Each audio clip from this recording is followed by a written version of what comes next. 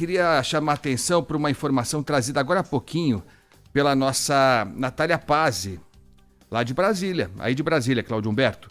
Ela estava falando sobre as contas, a prestação de contas dos candidatos que vão disputar a eleição de 2024.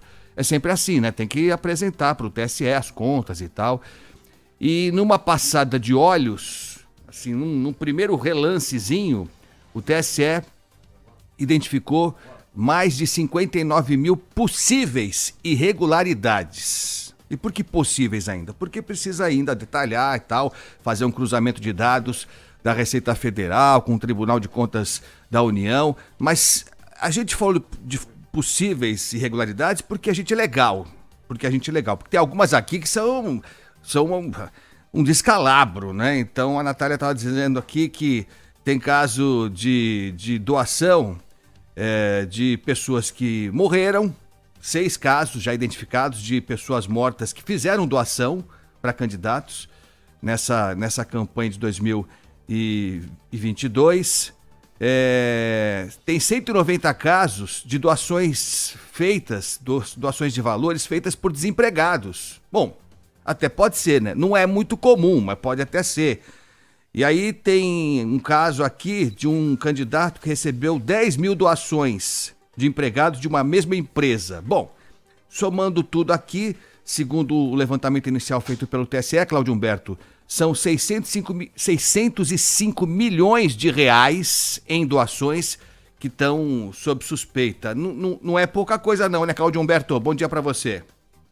Muito bom dia, Agostinho Teixeira. É um prazer, uma honra inenarrável dividir aqui o programa hoje com você, estar aqui em sua companhia. Olha, mas esse tipo de trabalho ali da Justiça Eleitoral é de uma obviedade, não é? É claro que isso aconteceria. As pessoas, muita gente entra em política, eu conheço bem esse meio, entra em política não é para se eleger não, é para se arrumar. Exatamente com dinheiro de campanha. Muita gente antigamente, antes do fundão eleitoral, essa excrescência que o Congresso criou sob os auspícios da Justiça Eleitoral para tirar dinheiro do nosso bolso, bater a nossa carteira para financiar a campanha eleitoral, antes disso o financiamento era... enfim, não tinha nada que impedisse coisa alguma. O que é que eles faziam, os candidatos vigaristas, já naquela ocasião, né? Já anos atrás, de qualquer legislação sobre isso? Simplesmente eles lançavam suas candidaturas, para quê? Para com aquilo ele ter meios de chegar para o empresário de todos os tamanhos, né? Isso do vereador da cidade mais longínqua e pobre a São Paulo. Chegar lá para o cara, me ajuda aí, eu preciso de dinheiro para fazer um santinho, para gravar uma propaganda, para não sei o quê. E aí iam tomando dinheiro de pessoas, de físicas e sobretudo jurídicas. Isso foi evoluindo para o achaque a fornecedores do governo. Os caras pegavam a lista de fornecedores do governo ali. E aí tinha empreiteiras, empresa disso, empresa daquilo, e começaram então a pedir dinheiro a essa gente com garantias, assumindo o compromisso de favorecê-las, se fossem eleitos, em contratos na administração pública. Foi assim o tempo todo. E de repente veio a Lava Jato. Veio a Lava Jato e meteu esses ladrões vigaristas, muitos deles na cadeia. Foram mais de 270 pilantras presos, condenados por roubar dinheiro público.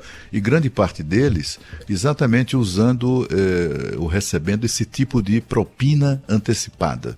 Ou seja, tu pegava dinheiro dos fornecedores do governo para, então, depois garantir favores a essas empresas quando eles estivessem no poder. Foi basicamente isso que a Lava Jato descobriu, verificou e puniu.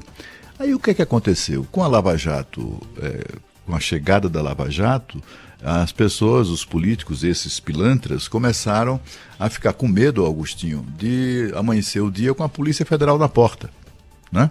O que é que eles fizeram? Criaram o fundo partidário, criaram o fundo eleitoral, ou seja, eles criaram uma lei que lhes permite ir ao Tesouro Nacional e tirar o dinheiro que eles acharem que precisam para financiar suas campanhas, para não ter Polícia Federal na porta. Mas o dinheiro é o mesmo. é dinheiro público, né? É dinheiro público. E na cabeça desses vigaristas é dinheiro de ninguém. É por isso que eles não têm compromisso.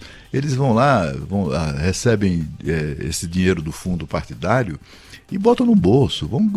E aí começam a criar meios, né, subterfúgios para justificar os gastos. Aí vai atrás lá do coitado do desempregado, para o cara emprestar o CPF dele, vai atrás lá de alguém que já morreu, entendeu? Começa a fazer esse tipo de vigarice. A origem é sempre a mesma, é dinheiro público, é gente que vai lá e toma dinheiro das pessoas, agora toma dinheiro do Tesouro Nacional. A cada eleição eles definem quanto eles vão bater na nossa carteira.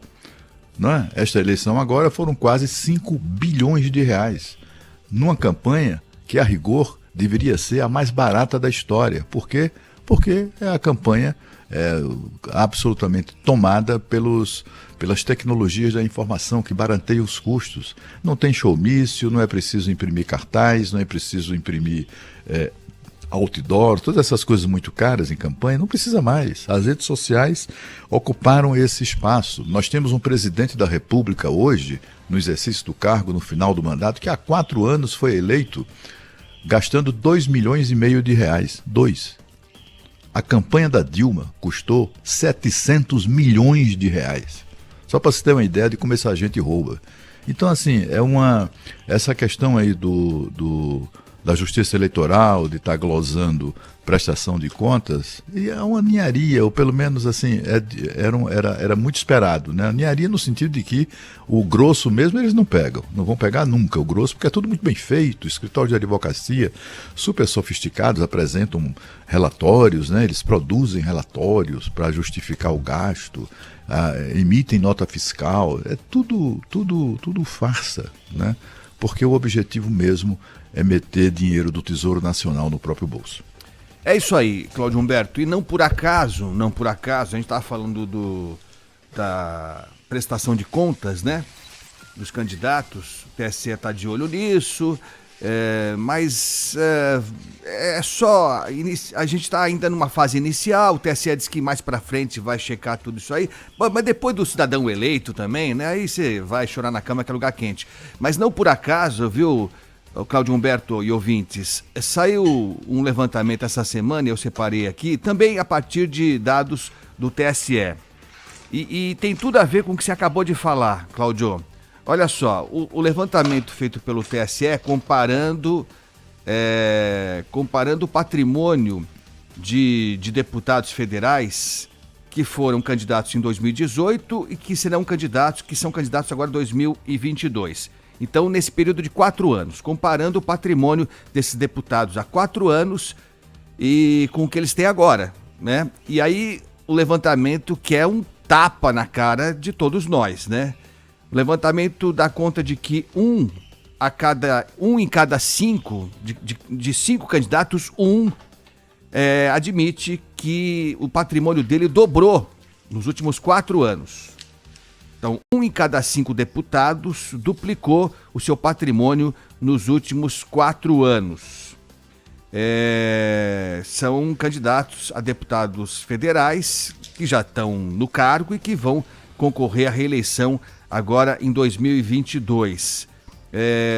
Ao todo, segundo esse levantamento do Tribunal Superior Eleitoral, ao todo 69%, ou seja, 327 parlamentares, Cláudio Humberto, confirmam que aumentaram o seu patrimônio nos últimos 4 anos. E um deles, o nome não foi divulgado aqui, mas um deles passou de um patrimônio de 7 milhões e 800 mil reais para 48 milhões e 500 mil reais, uma variação, um aumento de 500% na renda em 4 anos. Lembrando, né, Cláudio Humberto, que nesses 4 anos nós tivemos pandemia, o que não é pouca coisa, o que empobreceu demais a população brasileira como um todo, segundo dados do IBGE, segundo a gente constata olhando nas ruas das principais cidades do país. É um escândalo isso, hein, Cláudio? Eu acho escandaloso, mas é também escandaloso que a Justiça Eleitoral não diga o que está fazendo em relação a isso. Vai fazer o quê? É só curiosidade? É só pegar lá, fazer um cruzamento das prestações de contas que os candidatos são obrigados a apresentar à Justiça Eleitoral para fazer essa gracinha, ficar divulgando números. O que é que está fazendo com relação a esses ladrões evidentes que multiplicaram seu patrimônio tendo apenas durante 4 anos ocupado cargo público? Não é? É preciso saber o que é que a Justiça Eleitoral pretende fazer em relação a isso. Esses caras terão suas candidaturas suspensas pela Justiça Eleitoral? Não, a Justiça Eleitoral está muito mais empenhada em promover censura prévia, né? Nós vivemos num estado de exceção, que é esse período da eleição, e o que a gente está assistindo é um espetáculo deprimente, né? De um Tribunal Superior Eleitoral que está simplesmente jogando no lixo, na lata do lixo, o preceito constitucional da liberdade de expressão, censurando as pessoas, censurando veículos de comunicação. Ontem teve um estúdio de TV no Piauí que foi invadido pela polícia a mando da Justiça Eleitoral. A gente teve um site importante de notícias, o UOL, que foi censurado com uma matéria que a Justiça mandou tirar do ar, não é? E aí, assim, quis o destino, ironicamente, que este caso tenha parado nas mãos do ministro André Mendonça, ministro conservador, nomeado por Jair Bolsonaro. E o que é que aconteceu? O ministro conservador nomeado por Bolsonaro derrubou a censura imposta a um site anti-bolsonarista, não é? Quer dizer, e ainda bem, né? Porque assim, esse ministro, que é um conservador, mas é um liberal clássico, né? Defende absolutamente como um princípio basilar da democracia o exercício da liberdade de expressão. Mas temos um TSE que está censurando à torto e à direito, censurando imagens do presidente da República no exercício das suas funções, fazendo discurso na ONU. Ora,